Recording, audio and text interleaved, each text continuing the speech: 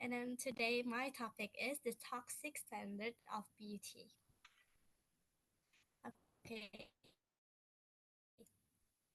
so what exactly is beauty standards? So beauty standards for me to it refers to the societal norms and expectations about what is considered physically attractive.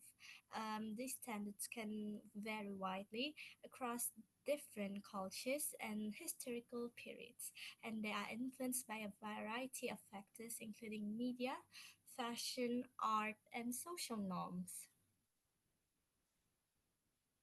Okay, so toxic beauty standard could have their own pros and cons, but now today I will say about the cons, which is the toxic part of it. Beauty standards now could be pervasive issues that affects both individuals and societies in multiple ways.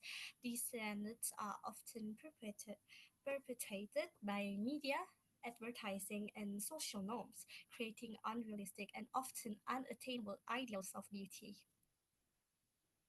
So, um, one of the reason that beauty standard could be toxic is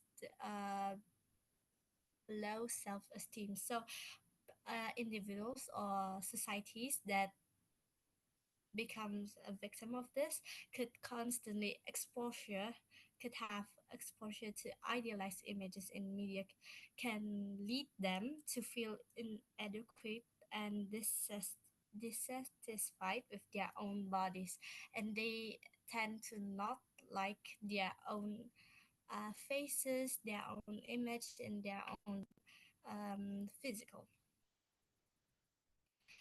And secondly is the mental health. The pressure to conform to all these beauty standards can contribute to development of mental health disorders such as depression, anxiety, and eating disorders like anorexia nervosa and bulimia. And thirdly, there are financial burden.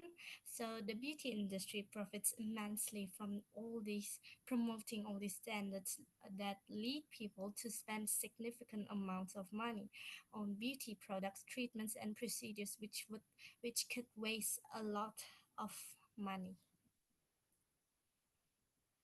And fourthly, there are dieting and extreme measurements.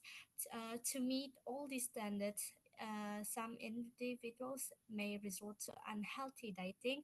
They tend to eat unhealthy things that, and they also made a lot of excessive exercise and other extreme measures that can have long-term negative health effects.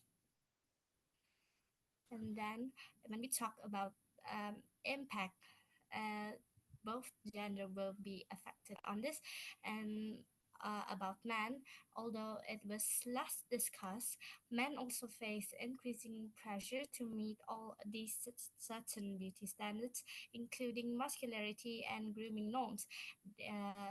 Example is they need to look muscular, they need to look handsome, and all of that, which can lead to similar psychological and physical health issues. And for women, there are always it was always women disproportionately affected by all these beauty standards, facing intense pressure to conform to specific ideals regarding body size, skin tone, and facial features. And all these beauty standards could lead to bias. To be biased on certain work, or for example in education too, teachers might picking favorite on some students for their own face, for their own what is it, physical, because people certainly likes all that.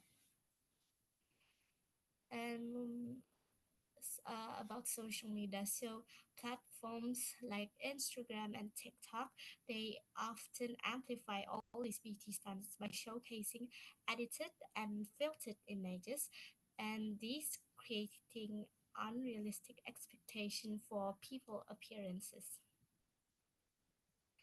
And lastly, there are inclusive representation. So from all that we can get from all these beauty standards, that actually there's a growing call for diverse representation in media and advertising. So they they need to showcase a lot of this range of ages, sizes, ethnicities, and abilities.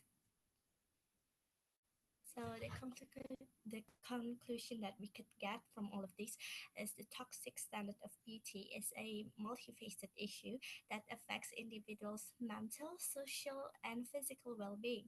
Addressing this problem requires a collective effort from media, industry, policymakers, and societies as a whole to foster a more inclusive and healthy perception of beauty.